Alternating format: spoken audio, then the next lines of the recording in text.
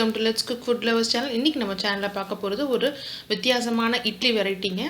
So இது என்ன ஐட்டம்னு பார்த்தீங்கன்னா துவரம்பருப்பு இட்லி. எப்போவும் நம்ம வந்து ஜென்ரலாக இட்லி வந்து உளுத்தம்பருப்பு போட்டு செய்வோம். இது வந்து துவரம்பருப்பு.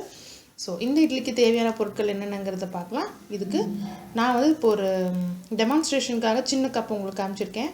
இது வந்து 1 கப் இட்லி அரிசி. நீங்கள் எந்த கப்பில் இட்லி அரிசி எடுக்கிறீங்களோ அதே கப்பில் 3/4 கப் அளவுக்கு துவரம்பருப்பு. அவ்வளோதாங்க. இந்த ரெண்டே பொருள் தான்.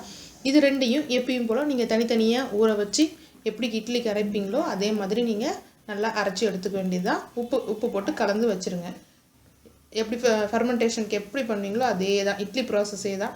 ஆனால் உளுத்தம்பருப்புக்கு பதிலாக இது துவரம்பருப்பு.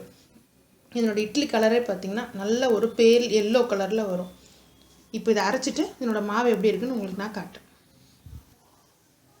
இப்போது உங்கள்கிட்ட நான் காமிச்ச அரிசியும் துவரம்பருப்பையும் நான் நல்லா 3 மணி நேரம் கிட்ட ஊற வச்சு அதை நல்லா அரைச்சி இதே மாதிரி பாருங்கள் இட்லி மாவு பக்கத்துக்கே அரைச்சி எடுத்து வச்சுருக்கேன். இதில் என்ன ஒரே ஒரு ஸ்பெஷல் இன்க்ரீடியன்ட் நம்ம இதில் ஆட் பண்ண போகிறோம்னா, இந்த இட்லி மாவில் ஒரு சின்ன குழிக்கரண்டி அளவுக்கு நல்லெண்ணெய் இதோட சேர்த்துருங்க. இதில் விருப்பம் இருந்ததுன்னா உங்களுக்கு ஆப்பசோடா மாவை ஒரு 1/2 டீஸ்பூன் நீங்கள் வந்து இதில் போட்டுக்கலாம். ஸோ இந்த நல்லெண்ணெயும் ஆப்பசோடா மாவையும் போட்டு நான் கலந்து எடுத்து வச்சுருக்கேன். இதை எப்பயும் போல் இட்லி தட்டில் போட்டு எடுக்க வேண்டியது தான். இன்றைக்கி நான் தட்டு இட்லி மாதிரி பெரிய தட்டில் நான் போட்டு இதை எடுக்க போகிறேன். நான் பெரிய தட்டு எடுத்துட்டேன். இந்த தட்டு வந்து என்னோடய இட்லி குக்கருக்குள்ளே போகிற அளவுக்கு சைஸுக்கு நான் வந்து ஒரு தட்டு எடுத்திருக்கேன். அதில் ஃபுல்லாக நல்லெண்ணெய் போட்டு அப்ளை பண்ணியிருக்கேன். ஸோ இப்போ இதில் நம்ம அரைச்சி வச்சுருக்கக்கூடிய மாவை இதில் அப்படி ஒரு 5லேருந்து 6 கரண்டி அளவுக்கு ஊற்றலாங்க. அப்போ தான் நல்லா இட்லி நல்லா ஃப்ளஃபியாக நல்லா மொத்தமாக நம்மளுக்கு சூப்பராக இருக்கும். அவ்வளோதாங்க, இட்லி ஊற்றி தயாராக இருக்குது. இப்போ இது நம்ம ஒரு 10லேருந்து 15 நிமிஷத்துக்குள்ளே இட்லி குக்கரில் வச்சு எடுத்துடலாம்.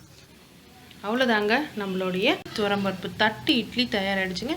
சைட் டிஷ்ஷாக பார்த்தீங்கன்னா நான் வந்து குருமாவும் கொத்தமல்லி தொக்கும் வச்சுருக்கேன். ஸோ இது மாதிரி எந்த வகையான கார சட்னி எல்லாமே இதுக்கு வந்து ரொம்ப சூட்டபுளாக இருக்குங்க. ஸோ இதை நீங்களும் உங்கள் வீட்டில் செஞ்சு சுவைத்து பாருங்கள். அதோட டேஸ்ட் எப்படி இருந்ததுன்னு எங்களுக்கு கமெண்ட் செக்ஷனில் போடுங்க. என்னோட டேஸ்ட் பிடிச்சிருந்ததுன்னா லெட்ஸ் குக் ஃபுட் லவர்ஸ் சேனலை சப்ஸ்கிரைப் பண்ணுங்கள். உங்கள் ஃப்ரெண்ட்ஸோட ஷேர் பண்ணுங்கள். நன்றி, வணக்கம்.